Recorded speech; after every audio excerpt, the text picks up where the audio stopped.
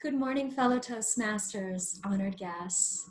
How do we activate love in our lives, especially during this time where there is so much fear bombarding us from the outside? I've been writing a song about just that, but I got stuck on the chorus and I would love for you to help me out. This is what I have so far. I'm gonna raise my vibe, part the clouds inside my manic mind. Oh, to try today to see things in a wiser way. I'm gonna sail my ship through the waves of fear beneath the burning bridge, and to trust my light, it will guide me through the blackened night. And this is where I get stuck. But I have an idea. I would like to take us on a quest to find the missing chorus. Through my creative path, I have learned what I call 4 heartstones to help us along the way. And so the first one is to listen for the call of the creative child. Take a nice deep breath as you reflect on the place in your childhood where you felt most at bliss. I felt most at bliss when I was singing and dancing with my dad in the basement of our Pittsburgh home. He would twirl my 6-year-old body in the air as we belted out the cathartic tunes of Willie Nelson and Waylon Jennings. This is where my dream with music ignited. But it was quickly buried beneath beliefs that didn't serve me, such as I'm not good enough, I don't have any musical talent, and I'm unlovable. But the dream blossomed again when I turned 21 and my stepdad brought me a brand new guitar.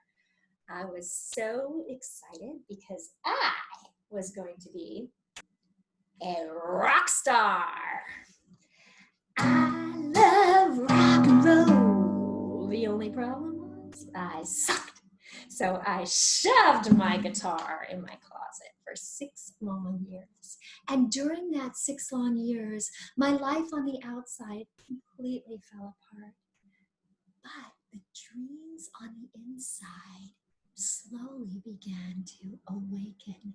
And this is where the second heartstone came, is open to the flow of your life.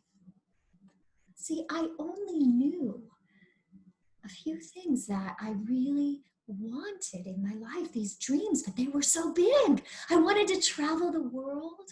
I wanted to find the music inside me, and I wanted to know love, to activate love in my life. Well, that's all I needed to know to set me off on this amazing journey. I witnessed cremation ceremony on the Ganges River. I trekked the hills in Nepal, and I landed a teaching job in Portugal, where I moved into the room of a woman who was a sound healer. She healed her life with her voice. She composed songs that were autobiographical. I began to do the same thing. And then those songs began to bubble up in me. It was like in Australia, in the Aboriginal time, they sung their world, their literal world, into existence as tribes would sing from one another. And I was singing my internal world into existence. And this is where the third heartstone comes in, which is vocalize your vision. This woman taught me the difference between the inner and the outer voice. And the inner voice is what puts you in touch with your deepest truth. But oftentimes it's just a still small voice within. But as you give that voice more attention and you build that energy, you actually are able to vocalize more of it, and it completely transformed my life and my life's work. I began to find my song, and then I guided others to find their songs as well. In fact, I documented this in a book I wrote called An Odyssey of Song. This brings us to our fourth and final heartstone, which is to express the unique song of who you are. Be you and love yourself the way you are. This is what I'm doing right here and now. Now, these 4 heartstones are actually an acronym that spells the word love.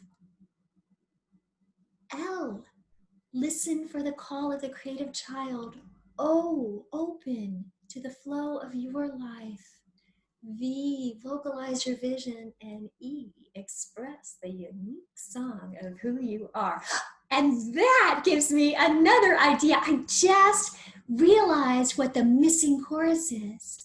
It's love is all we need to be. Love is all we're here to be. And love will rock us free in its sweet harmony. Oh, join in with me, please, as I do this. Even though your mics are muted, it doesn't matter. Love